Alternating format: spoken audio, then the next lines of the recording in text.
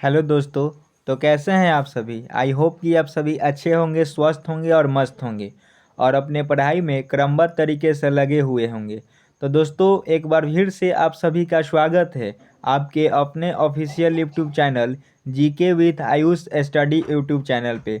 तो दोस्तों आज के इस सेशन में मैंने पॉलिटी के चैप्टर भारतीय संविधान की विशेषताएं से महत्वपूर्ण प्रश्नों का सेशन लाया हुआ है जो कि मोस्ट इम्पॉर्टेंट है आपके आगामी बिहार दरोगा एवं बीपीएससी एईडीओ वैकेंसी के लिए। तो चलिए देखते हैं। क्वेश्चन नंबर फर्स्ट है, निम्न में से कौन लोकतांत्रिक व्यवस्थाओं के अनुरूप नहीं है। ऑप्शन ए में दिया है कानून के समक्ष समानता, ऑप्शन बी में है स्वतंत्र एवं निष्पक्ष चुनाव, ऑप्शन सी में है उत्तरदायी शासन व्यवस्था, ऑप्शन डी में है बहुसंख्यकों का शासन।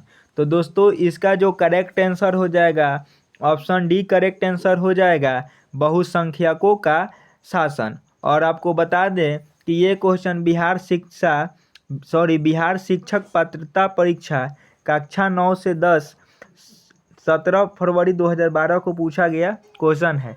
नेक्स्ट क्वेश्चन है सेकेंड नंबर, लोकतंत्र की सफलता निर्भर करती है। ऑप्शन ए में है नागरिकों की उदासीनता पर, ऑप्शन बी में दिया है जनता की गैर कानूनी कार्रवाई पर, ऑप्शन सी में दिया है नागरिकों की विवेकपूर्ण सहभागिता पर, ऑप्शन डी में दिया है नागरिकों द्वारा अपनी जाति के हितों की रक्षा पर। तो दोस्तों इसका जो करेक्ट आंसर हो जाएगा, इसका करेक्ट आंसर हो जाएगा ऑप्शन सी, नागरिकों की विवेकपूर्ण सहभागिता पर। और ये भी क्वेश्चन बिहार शिक्षक पात्रता परीक्षा कक्षा 9 से 10 में जो होता है 17 फरवरी 2012 को पूछा गया क्वेश्चन है। नेक्स्ट क्वेश्चन देखा जाए। थर्ड नंबर क्वेश्चन है, द्विसदनात्मक व्यवस्था किस शासन प्रणाली का एक आवश्यक तत्व है। ऑप्शन ए में है संसदीय प्रणाली, ऑप्शन बी में है अध्यास्थात्मक प्रणाली, ऑप्शन सी में है संघीय प्रणाली, ऑप्शन डी में है इनमें से कोई नहीं। तो दोस्तों इसका करेक्ट आंसर हो जाएगा ऑप्शन ए, संसदीय प्रणाली। और ये क्वेश्चन बिहार शिक्षक पात्रता परीक्षा राजनीतिक विज्ञान सब्जेक्ट में जो एग्जाम हुआ था कक्षा 9 के 10 में 18 फरवरी 2012 को पूछा गया क्वेश्चन है। फोर्थ नंबर क्वेश्चन कह रहा है, मार्शल लॉ की अवधारणा जो मूल अधिकारों को प्रतिबंधित करती है किस देश से ली गई है। तो दोस्तों ये यूके से ली गई है। ऑप्शन ए करेक्ट आंसर हो जाएगा। और ये question SSC Kaif SI exam एवं दिल्ली पुलिस एसआई एग्ज़ाम में पूछा गया क्वेश्चन है और सीआईएसएफ एएसआई परीक्षा सेकेंड शिफ्ट में पूछा गया क्वेश्चन है। चलिए देखते हैं नेक्स्ट क्वेश्चन। 5 नंबर क्वेश्चन है, भारतीय संघीय प्रणाली की विशेषताएं निम्नलिखित में से कौन सी है। ऑप्शन ए में है शक्तियों का बंटवारा, 2 में है शक्तियों का पृथक्करण, 3 में है स्वतंत्र न्यायपालिका, 4 में है प्रधानमंत्री का नेतृत्व और 5 में है लिखित संविधान। सूत्र दिया है और तो इस सूत्र में से करेक्ट आंसर हो जाएगा ऑप्शन डी, 1, 3 और 5 करेक्ट आंसर हो जाएगा। और ये क्वेश्चन यूपीजीआईसी परीक्षा 2009 एवं यूपीजेडीसी प्रवक्ता परीक्षा 2013 में पूछा गया क्वेश्चन है। चलिए देखते हैं नेक्स्ट क्वेश्चन। 6 नंबर क्वेश्चन है, निम्नलिखित में से कौन भारतीय संविधान की संघीय विशेषता नहीं है। ऑप्शन ए में है केंद्र और राज्यों के बीच शक्ति का विभाजन, ऑप्शन बी में है संविधान की सर्वोच्चता, ऑप्शन सी में है भारत के राष्ट्रपति द्वारा राज्यपाल की नियुक्ति, ऑप्शन डी में है न्यायपालिका की स्वतंत्रता। तो इसका करेक्ट आंसर हो जाएगा ऑप्शन सी, भारत के राष्ट्रपति द्वारा राज्यपाल की नियुक्ति। और ये क्वेश्चन यूपीजीआईसी परीक्षा 2020 में पूछा गया क्वेश्चन है। 7 नंबर क्वेश्चन कह रहा है, निम्न में से किस व्यवस्था की विशेषताओं को भारत के संविधान में सम्मिलित किया गया है।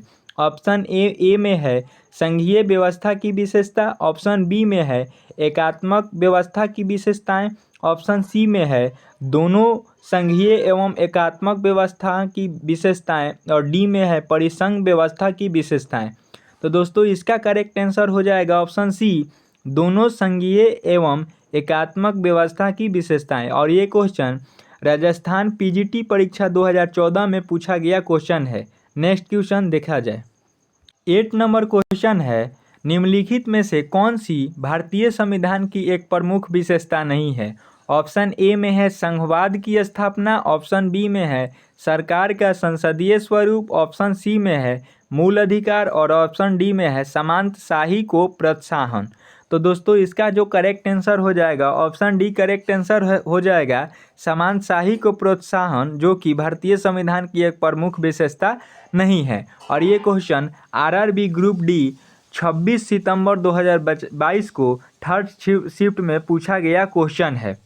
9 नंबर क्वेश्चन कह रहा है राजनीतिक व्यवस्था का कौन सी विधा अलग अलग राज्यों या अलग अन्य व्यवस्थाओं को एक व्यापक राजनीतिक प्रणाली के भीतर इस तरह एकजुट करती है कि प्रत्येक को अपनी अखंडता बनाए रखने का प्रावधान मिलता है?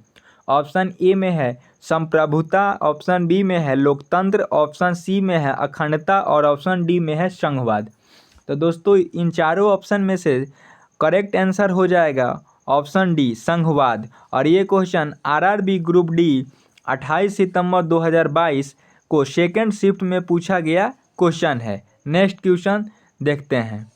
10 नंबर क्वेश्चन कह रहा है निम्नलिखित में से कौन सा सांकेतिक शब्द कीवर्ड देश में सरकार के एक से अधिक स्तरों के अस्तित्व को सुपरिभाषित करता है? ऑप्शन ए में है संघवाद, ऑप्शन बी में है विचारशील लोकतंत्र, ऑप्शन सी में है तानाशाही, ऑप्शन डी में है सौर्य सत्तावादी। तो दोस्तों इसका करेक्ट आंसर हो जाएगा ऑप्शन ए संघवाद। और ये क्वेश्चन आरआरबी ग्रुप डी 26 सितंबर 2022 को फर्स्ट शिफ्ट में पूछा गया क्वेश्चन है। 11 नंबर क्वेश्चन है भारतीय संविधान की कौन सी विशेषता राज्य स्तर पर और केंद्र में सरकारों के अस्तित्व को संदर्भित करती है?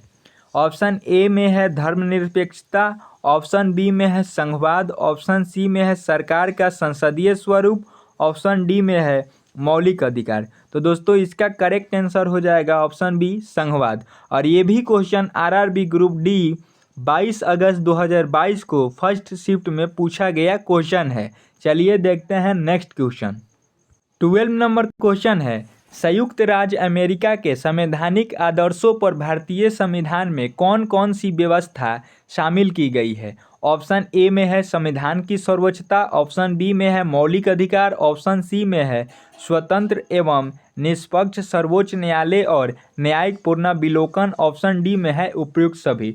तो दोस्तों ये 12 नंबर क्वेश्चन का करेक्ट आंसर हो जाएगा ऑप्शन डी उपयुक्त सभी, यानी कि ऑप्शन ए संविधान की सर्वोच्चता, ऑप्शन बी मौलिक अधिकार और ऑप्शन सी स्वतंत्र एवं निष्पक्ष सर्वोच्च न्यायालय और न्यायिक पुनर्विलोकन संयुक्त राज्य अमेरिका के संवैधानिक आदर्शों पर भारतीय संविधान में शामिल किया गया व्यवस्था है।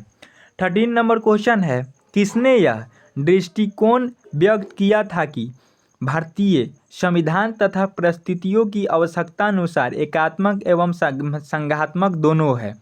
ऑप्शन ए में है केसी हेयर, ऑप्शन बी में है आर.एस. सरकारिया, ऑप्शन सी में है डॉक्टर भीमराव अंबेडकर और ऑप्शन डी में है जेनिंग्स। तो दोस्तों ये जो अवधारणा दिए थे जेनिंग्स दिए थे, ऑप्शन डी करेक्ट आंसर हो जाएगा। यानी कि ये जो दिया गया है 13 नंबर क्वेश्चन में प्रश्न है इसका दृष्टिकोण व्यक्त जेनिंग्स ने किया था। और ये क्वेश्चन यूपीजीआईसी प्रवक्ता परीक्षा 2008 में पूछा गया क्वेश्चन है। चलिए देखते हैं नेक्स्ट क्वेश्चन। 14 नंबर क्वेश्चन है निम्नलिखित कथनों पर विचार कीजिए। कथन फर्स्ट दिया है भारत की संविधान सभा ने राष्ट्रीय ध्वज का प्रारूप 22 जुलाई 1947 को अपनाया था। कथन 2 में है राष्ट्रीय ध्वज के बीच चक्र में 21 तिलिया है। कथन 3 है राष्ट्रीय ध्वज की चौड़ाई लंबाई का अनुपात 3:4 है। उपयुक्त कथनों में से कौन सा सही है इसका चुनाव करना है। तो दोस्तों आपको बता दें कि उपयुक्त कथनों में से केवल कथन 1 ही सही है, यानी कि भारत की संविधान सभा ने राष्ट्रीय ध्वज का प्रारूप 22 जुलाई 1947 को अपनाया था। ये कथन सही है, कथन 1 सही हो जाएगा।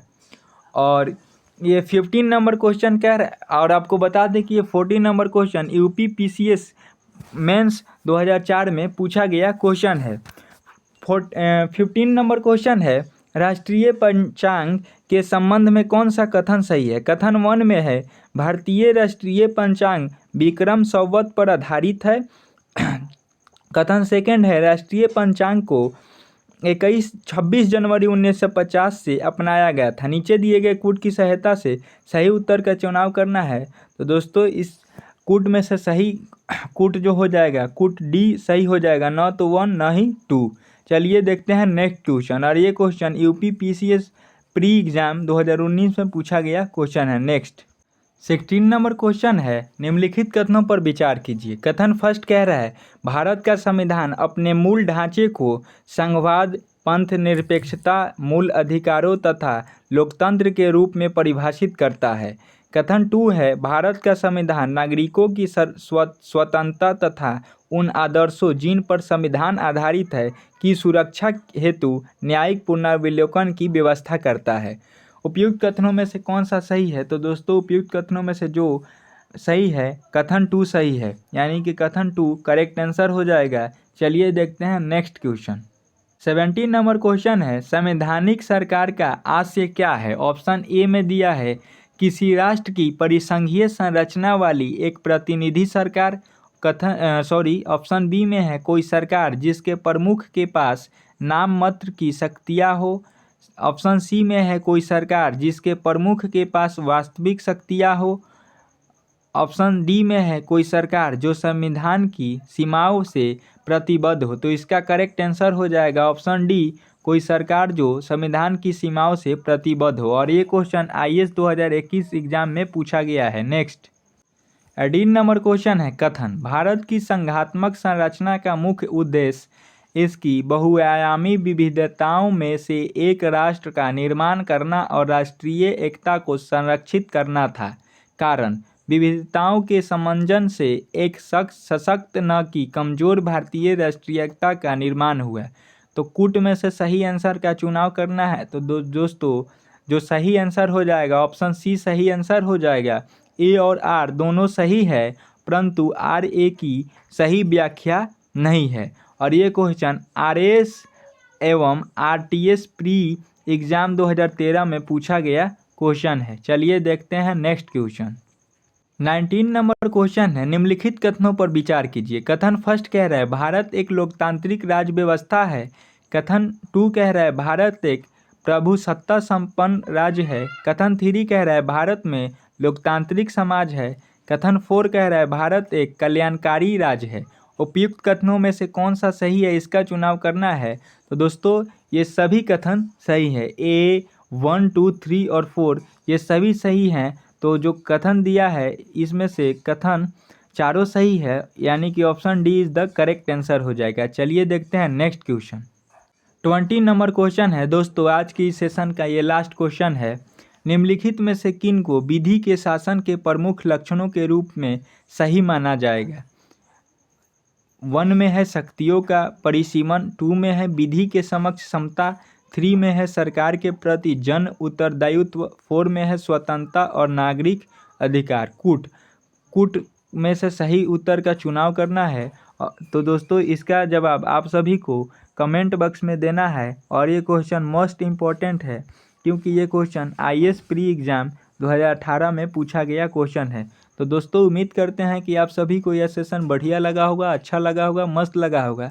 तो दोस्तों इस चैनल पे अभी आप नहीं जुड़े हैं तो जुड़ जाइए, चैनल को सब्सक्राइब कीजिए, बेल आइकन दबाइए, लाइक करिए और शेयर करिए।